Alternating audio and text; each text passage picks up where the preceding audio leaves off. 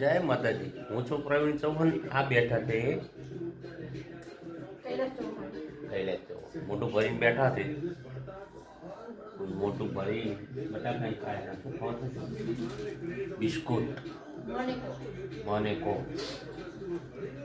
આમાં આવ્યો છે મેસેજ. બર્થડેનો વિડીયો બનાવવા. બર્થડેનો વિડીયો બનાવવા માટે મેસેજ આવ્યો છે તમને.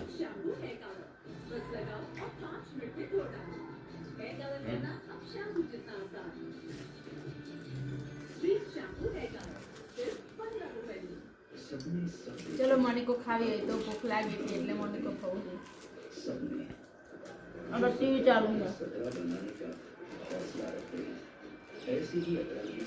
ન ખાવી હોય તો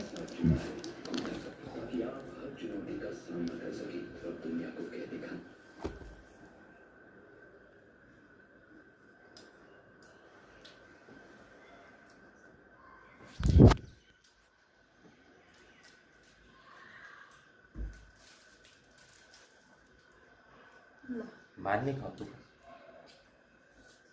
अकेले खाओ. हमें खाने की जरूरत नहीं. हमें नहीं पाडा जैसे हो गए. हमें क्या खा के मैं भी पानी हो जाऊं. તમે શું પાડા? અમે પાડા છે. જાડી જાડી થઈ ગયું ને ખાઈ ખાઈ